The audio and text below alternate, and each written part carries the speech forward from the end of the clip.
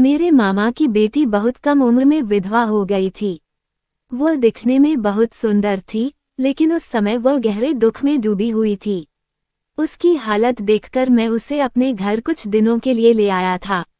उस दिन मेरे माता पिता किसी जरूरी काम से बाहर गांव गए हुए थे और घर में मैं और मेरी मामा की बेटी थे। वह मेरे लिए चाय लेकर आई। चाय देते समय मैंने उसको देखा। वह बहुत सुंदर लग रही थी। उसी पल हम दोनों की नजरें एक दूसरे से मिल गईं।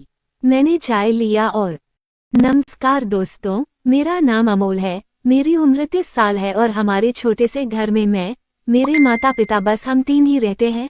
हमारे घर की आर्थिक स्थिति बहुत मजबूत नहीं है।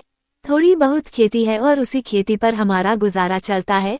इसलिए सुबह जल्दी उठना, खेत में मेहनत करना, मिट्टी से जूझना, धूप में पसीना बहाना और शाम को थक हार कर घर लौटना, यही मेरी रोजमर्रा की जिंदगी है। उस दिन भी रोज की तरह मैं खेत से थका हुआ घर लौटा, हाथ पैर धोकर आंगन में बैठा।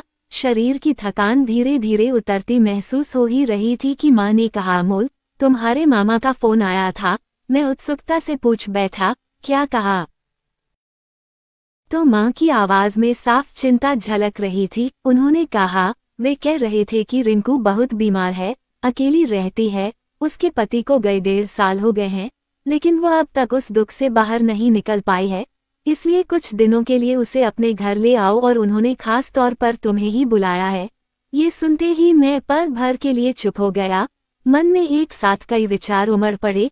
दिल के किसी कोने में छिपी एक कोमल सी अनुभूति जाग उठी और मैंने तुरंत कहा, तो रिंकू को ले आते हैं न?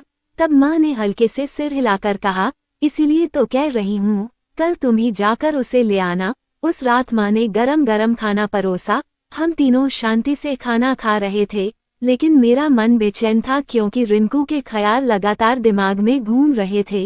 1.5 साल पहले। दिल से दुआ। अगर वीडियो अच्छा लगा हो तो एक लाइक और चैनल पर नया है तो चैनल को भी सब्सक्राइब करें।